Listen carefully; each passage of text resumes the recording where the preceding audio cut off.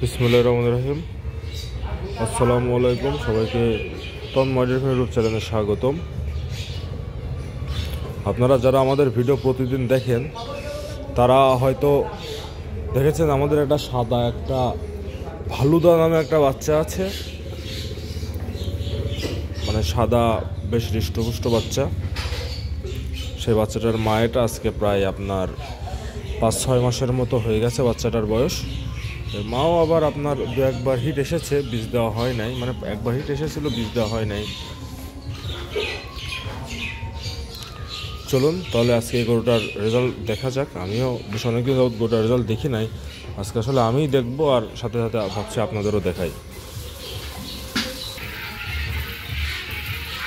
দহনটা শুরু হয়ে গেল। এখানে আমাদের পাইলট আছে মিজান, বাসিওয়ালা মিজান নাকি? বাসিওয়ালা মিজান, তুমি গরুটা কতদিন যাবত দোয়াস চাও? মানে এই এই এই প্রথম এই গরু জিয়া দোয়াই তো না? তোমাকে কবে দিয়েছে? 4 মাস। ও তুমি আসার পর থেকেই তো দোয়াচ্ছ নাকি?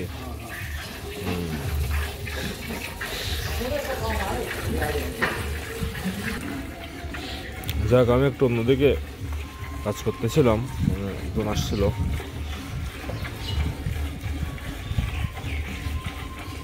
দেখেন গরুটার সাইজটা দেখেন, বেশ বড় সড়ো মাপের গরু কিন্তু এটা।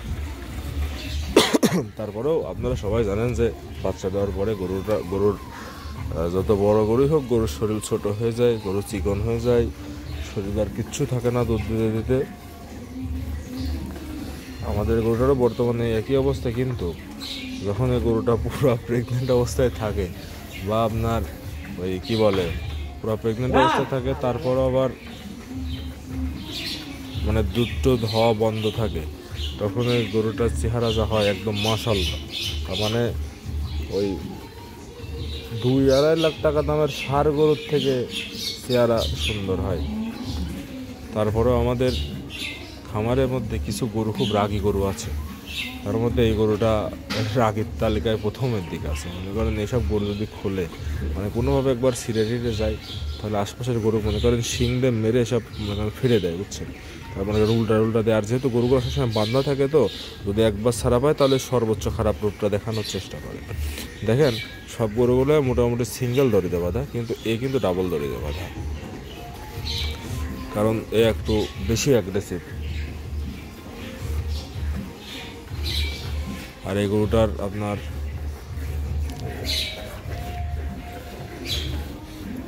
ঘন চলছে। আর এই গরুটার আপনার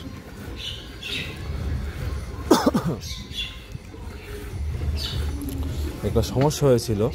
সেই সমস্যাটা হলো গরুটা বাচ্চা দেওয়ার, মনে করেন যে বাচ্চা দেওয়ার 20-25 দিনের মতো দেরি। সেই টাইমে গরুটার ওলান ফুলেছিল, মানে পালান ফুলেছিল আর কি। কারণ আপনাদের অনেকেরই প্রশ্ন থাকতে পারে যে দুধ যেহেতু বন্ধ, গরুর বাচ্চা হবে, গরু তখন ওই ঘাগরা দুধের বা পানি লাগছে দুধের, এই সিজনের বাচ্চা হওয়ার ভরের ওই পালানটা ফলে কিভাবে? আপনারা যারা গাভী পালেন তারা হয়তো জানেন যে যখন গরুটার মানে একটা ল্যাকটেশনের দুধ শেষ হয়ে যায়, মানে গরুটা প্রেগনেন্টে চলে যায়, তখন যখন দুধটা বন্ধ করে দেওয়া হয়, তখন যদি এটা সঠিকভাবে ফিনিশিং, মানে ভালো হাতে যদি ফিনিশিং না দেওয়া যায় দুধটা, তাহলে ওইটা আপনার তখন হয়তো দুধ বন্ধ করলেন, কিন্তু আপনার ওই বাচ্চা দেওয়ার আগাকালে যায়, মানে তখন আবার ফুলবে। এক্ষেত্রে আপনারা করতে পারেন কি, মনে করেন দুধ কমে যাচ্ছে, মানে এটা যে সমাধানটা হলো, মানে আমরা যেটা করি সেটা হলো, মনে করেন প্রথমে 2 বেলা দোয়াতে তারপর আমরা দুধ দোয়ানো 1 বেলা করি, মানে শুধু মনে করেন সকালে দোয়, বিকালে আর দোয় না। তাও গরুরও এটা মাইন্ডসেট হয়ে যায় যে বিকেলে দুধ দেওয়া যাবে না, সকালে দুধ দিতে হবে। তারপরে এইভাবে কিছুদিন পরে, এভাবে 2-3 দিন যাওয়ার পরে আমরা আবার 1 দিন গ্যাপ দেই, মানে যে প্রতিদিন সকালে দোয় তার চেয়ে সকালেও আর দোয় না, সকালে দোয়ানোটা আমরা বন্ধ করে দেই। এক্ষেত্রে কি হয়, 1 দিন পর দোয়, মানে 1 দিন মাঝখানে গ্যাপ দেই। এতে আপনার গরুটা ওইভাবে আস্তে আস্তে মাইন্ড সেট আপ হয়ে যায়। তারপর আমরা মাঝখানে 2 দিন গ্যাপ দেই, গরু বোঝা যায় যে 2 দিন পরে দুধ দিতে হবে। তারপরে 3 দিন, 4 দিন, এইভাবে তারপরে 1 সপ্তাহ পর 1 দিন টানি, এভাবে আসলে আমরা গরুগুলোকে অফ করি, আসলে এটাই সঠিক নিয়ম। কিন্তু আমাদের যেহেতু বেশ অনেকগুলো গাভী, সেহেতু সবাই তো আর একভাবে ওই সিস্টেমটা মেনটেন করতে পারে না, হয়তো একদিন ভুলে যায়, হয়ে যায়, সে হয়ে যায়। এভাবে আপনার এই গরুটারও সেই টাইমে মানে যাই হোক কিন্তু একদিন একটু সমস্যা হওয়ার কারণে তারপরে প্রায় 6-7 ডোজ আপনার অ্যান্টিবায়োটিক দেওয়া লাগছিল, তারপরেও বিষয়টা কন্ট্রোলে আসে না। এবার আপনার ওই এক মানে দুধ কম হচ্ছে, মানে একটা পালানে দুধ দেওয়ার কম হচ্ছে এই সমস্যার জন্য। কিছুদিন আগেও একটা সেম এমন হয়েছে, ওটার বর্তমান চিকিৎসা চলছে। আসলে সবার তো দোয়ানো তো আর একরকম না। হ্যাঁ আমি এদিক, বলো।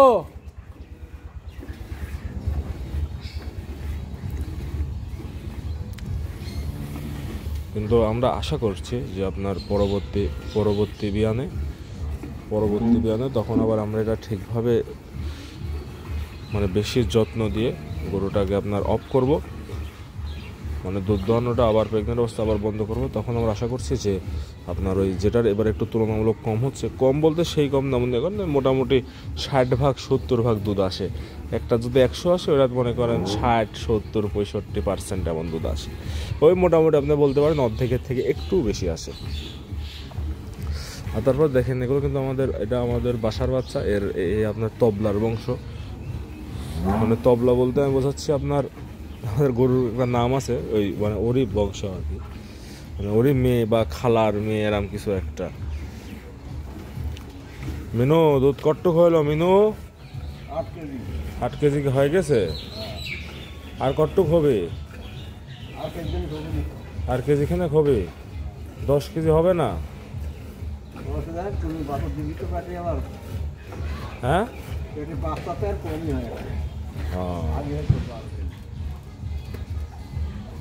দেখতে পাচ্ছেন যে এখনো মোটামুটি ভালোই দুধ হচ্ছে। ওই ভাঙাচোরা আপনার 10 লিটারই ধরতে পারেন। যাক, এটার বাচ্চা আপনাদের আমি দেখিয়ে দেই, চলুন এর বাচ্চাটা দেখে আসি। বুঝলেন তাহলে বিষয়টা কি আপনার ওই ভিতরে দাও,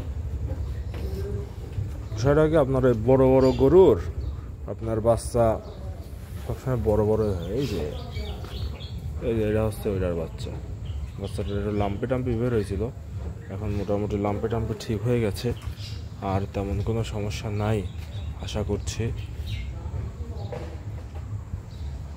এখন দড়ি আছে, দড়ি চাবানোর খুবই বাজে অভ্যাস বাচ্চাগুলার। হয়তো ফসফরাসের একটু অভাব টভাব হইতে পারে, কিন্তু ফসফরাস সবসময় তো দেওয়াই আছে একটা, আপনার ওই দেওয়া লাগবে। যাই হোক, আমারও আর আজকে ভিডিও করার এনার্জি হচ্ছে না। আমার হয়তো আপনারা ভয়েস শুনে বুঝে গেছেন আজকে আর মুখ দেওয়ার কথা বের হচ্ছে না।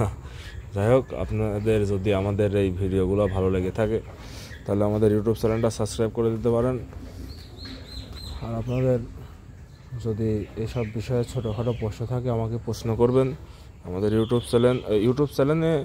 আর যদি আমার সাথে যোগাযোগ করতে চান তাহলে একটা আইডি আছে, ফেসবুক আইডির নাম হলো তন্ময় ডেইরি ফার্ম, বাংলায় দন্তের 9 অন্তস্থ তন্ময় ডেইরি ফার্ম তন্ময় মানে বলে দিলাম, বাংলায় তন্ময় ডেইরি ফার্ম লিখে সার্চ দিলেই দেখতে পাবেন যে 3-4 জন মানুষ, একটা গরু, একটা বাচ্চা আলা প্রোফাইল।